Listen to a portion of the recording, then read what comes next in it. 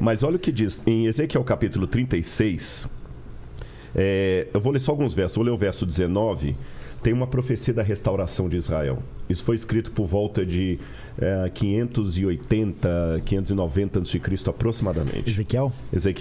593 a 571. Né? 571. E ele fala assim, olha o que Deus fala assim: eu dispersei o povo de Israel entre as nações e foram espalhados por outras terras. É interessante que a poesia hebraica, ela não é por rima.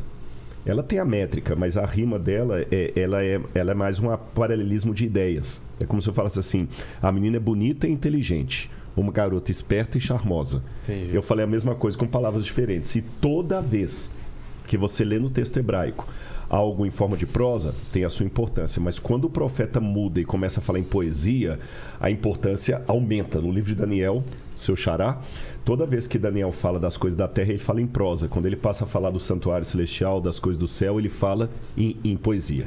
Entendi. E aqui o Ezequiel está falando em poesia. Eu os dispersei entre as nações, foram espalhados entre outras terras. Aí ele fala o seguinte: quando chegaram às nações de onde foram, profanaram o meu santo nome. Por isso eu puni Israel. Mas Deus fala: eu vou trazer vocês de volta para a sua terra. E quando Deus fala que ele vai trazer, ele fala o seguinte: eu vou fazer desse deserto uma cidade.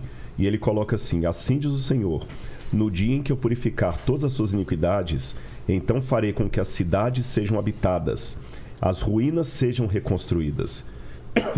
A terra que estava abandonada será cultivada. Deixará de ser um lugar abandonado aos olhos de todos os que passam. Então se dirá: esta terra abandonada ficou como o jardim do Éden. As cidades que estavam desertas, abandonadas e em ruínas, estão fortificadas e habitadas. E é interessante que eu gosto muito de fazer isso aqui, Sayão, quando está ali no Negev, Daniel. Eu abro o livro de Ezequiel porque ele começa assim: ó profeta, profetiza para os montes Seir. E Israel, na verdade, em termos geológicos, é um corredorzão. Você tem uma cadeia de montanhas aqui, uma cadeia de montanhas aqui, aquela falha no meio aqui, que é um vale. Sei. Tá certo? Então, quando você está lá no deserto, você olha para um lado... Dois lados. Olha para os dois lados. Se você estiver subindo para o norte, legal, à sua esquerda, você está vendo os montes Seir, que são a Jordânia. E à direita, você está vendo os montes de Judá.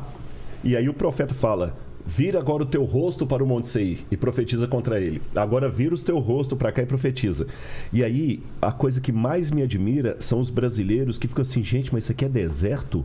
Porque você tem uma cidade como Eilat, que a cidade tem shopping center, tem hotel 5 estrelas, tem tudo lá, é no meio do deserto. É a Miami. Você vai subindo, tem aeroporto, deserto. Ele fala: cidades que eram desabitadas, as pessoas falam, parece um jardim do Éden. E você vê a plantação que tem ali. Isaías 35, o deserto florescerá. Florescerá. Você vê a plantação que eles têm, por exemplo, de tamareiras, de cebola e o tomate cereja.